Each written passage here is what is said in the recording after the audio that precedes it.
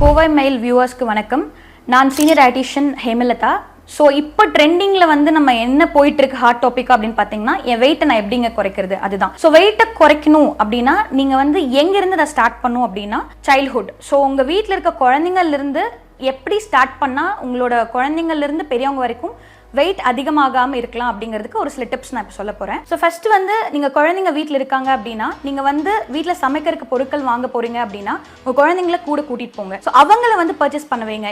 இது என்ன காய், இதோட நன்மைகள் என்ன அப்படிங்கிறதுலேருந்து ஸ்டார்ட் பண்ணி அவங்கள நீங்கள் பர்ச்சேஸ் பண்ண வச்சிங்க அப்படின்னா ஸோ அதில் அவங்களுக்கு இன்ட்ரெஸ்ட் அதிகமாகும்.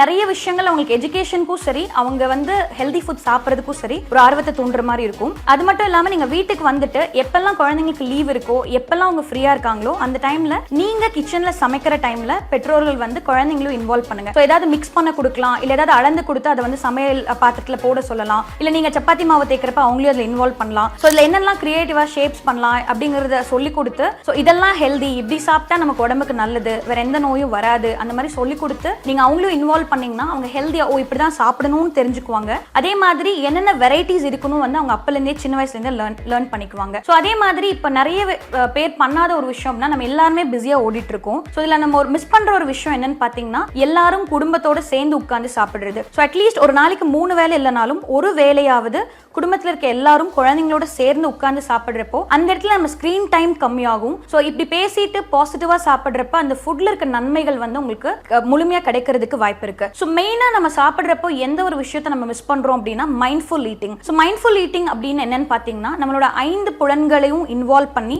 அது என்ன கலர்ல இருக்கு, என்ன அந்த ஃபுட்டோட வாசனை என்ன, அது என்ன டேஸ்ட்ல இருக்கு, என்ன டெக்ஸ்சர்ல இருக்கு, அது எப்படி நம்ம மென்னு சாப்பிட்றோம், நம்ம எவ்வளோ சாப்பிட்றோங்கிறத உணர்ந்து அந்த ஃபுட்டை வந்து ருசிச்சு சாப்பிடணும். ஸோ அதை பண்ணிட்டோம் அப்படின்னாலே வந்துட்டு உங்களுக்கு வந்து நம்ம எவ்வளோ சாப்பிட்றோங்கிற ஒரு கண்ட்ரோல் வந்துடும். என்ன சாப்பிட்றோம் அப்படிங்கிறதும் நம்ம தெரிஞ்சு சாப்பிடுவோம். ஸோ நிறைய பேர் வந்து ஸ்க்ரீன் முன்னாடி உட்காந்து சாப்பிட்றதுனால நம்ம எவ்வளோ அளவு சாப்பிட்றோம், நம்ம எப்படி சாப்பிட்றோம், என்ன சாப்பிட்றோங்கிற தெரியறதில்ல.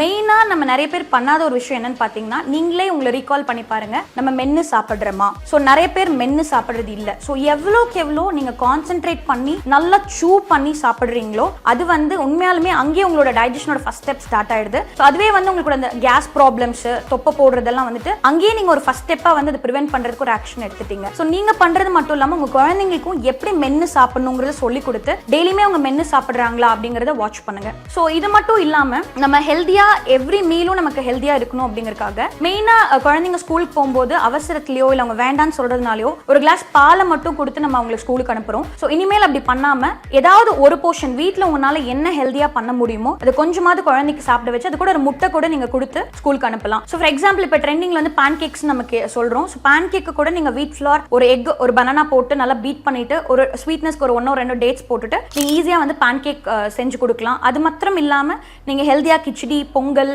பெசரெட்டுன்னு சொல்ற பச்சைப்பயிறு தோசை, அடை தோசை, அந்த மாதிரி வந்து நீங்க காலையில அது கூட ஒரு சிம்பிளான ஒரு கொத்தமல்லி சட்னி, புதினா சட்னி, தக்காளி சட்னி, அந்த மாதிரி உங்கள் குழந்தைக்கு சொல்லுங்கள், இது சாப்பிட்டா வந்து இரும்புச்சத்து கிடைக்கும். நீங்கள் குழந்தைங்களுக்கு வந்து ஹெல்த்தியாக சாப்பிட்டா இந்த மாதிரி சாப்பிடும்போது உங்களுக்கு கான்சன்ட்ரேஷன் இம்ப்ரூவ் ஆகும், நல்ல மார்க்ஸ் ஸ்கோர் பண்ணலாம்னு சொல்லிட்டு எஜுகேட் பண்ணி ஒரு ஃபுட்டோ ஐட்டம்ஸோட கோரிலேட் பண்ணி சொல்லி கொடுத்தீங்கன்னா அவங்க ஹெல்த்தியாக சாப்பிட்றதுக்கு அது ரொம்ப ஹெல்ப்ஃபுல்லாக இருக்கும். இங்கே பிஎஸ்ஜி மருத்துவமனையில் வந்து நாங்கள் டயட்டிஷியன்ஸ் அவைலபிளாக இருக்கும். நீங்கள் வந்துட்டு உங்களுக்கு எடை குறைக்கணும், இல்லை எடை அதிகரிக்கணும், இல்லை ஏதாவது தொந்தரவுக்கு நான் டயட்டிஷியன் பார்க்கணுன்னா தாராளமாக எங்களை வந்து பார்த்து உங்களுக்கான டீட்டெயில்டு கவுன்சிலிங் நீங்கள் வாங்கிக்கலாம். தேங்க்யூ. கோவை மெயில் வியூவர்களுக்கு வணக்கம். என் பேர் திவ்யா. நான் பிஎஸ்ஜி மருத்துவமனையில் சீனியர் டயட்டிஷனாக பணிபுரிகிறேன். செப்டம்பர் மாதம் இது வந்து நியூட்ரிஷன் மந்த். 2018 வரைக்கும் நம்ம வந்து நியூட்ரிஷன் வீக்காக தான் செலிப்ரேட் பண்ணிட்டு இருந்தோம். பட் இப்போ இருக்கிற நியூட்ரிஷன் டெஃபிஷியன்சிஸ் நிறைய இருக்கிறதுனால பிரைம் மினிஸ்டர் என்ன சொல்லியிருக்காங்க, நியூட்ரிஷன் மந்த்தாக செலிப்ரேட் பண்ண சொல்லியிருக்காங்க. இப்போ 2024 நியூட்ரிஷன் மந்தோட தீம் என்னன்னா 5 தீமாக பிரிச்சிருக்காங்க. முதல் தீம் வந்து பார்த்தீங்கன்னா ரத்த சோகை அல்லது அனீமியான்னு சொல்லுவோம். இரண்டாவது வந்து பார்த்தீங்கன்னா growth மானிட்டரிங், அதாவது குழந்தைகளுக்கான வளர்ச்சியை நம்ம கண்காணிச்சுட்டு வரணும். மூணாவது தீம் வந்து காம்ப்ளிமெண்டரி ஃபுட், அதாவது இணை உணவுகள், குழந்தைகளுக்கு கொடுக்கக்கூடிய இணை உணவுகளை பற்றி. நான்காவது theme early childhood education along with nutrition. ஐந்தாவது தீம் பார்த்தீங்கன்னா technology for the better governance, transparency and efficient service delivery அப்படிங்கிற 5 தீம் சொல்லியிருக்காங்க. இதை தவிர ஜென்ரல் தீமாக பார்த்தீங்கன்னா ஓவரால் நியூட்ரிஷன் பற்றியும் அவேர்னஸ் கொடுக்க சொல்லியிருக்காங்க. அனிமியா பற்றி நம்ம காலகாலமாக பேசிகிட்டு இருக்கோம். இன்னும் நம்ம அனிமியா வந்து நம்மளை விட்டு போகல. இப்போ இருக்க ஆராய்ச்சிகள் படி பார்த்தீங்கன்னா பெண்களுக்கு மட்டும் இல்லை, ஆண்களுக்கும் அனிமியா நிறைய பேருக்கு இருக்குது. அதிலும் முக்கியமாக பார்த்தீங்கன்னா குழந்தைகளில் 67%, பெண்களில் பார்த்தீங்கன்னா 57%, கர்ப்ப காலத்தில் இருக்க பெண்களுக்கு 52% அனிமியா இருக்கிறதா ஆராய்ச்சி முடிவுகள் சொல்லியிருக்காங்க. முக்கியமாக நம்ம பார்க்க வேண்டியது பார்த்தீங்கன்னா கர்ப்ப காலத்தில் இருக்க அனிமியாவை கரெக்ட் பண்ணணும்.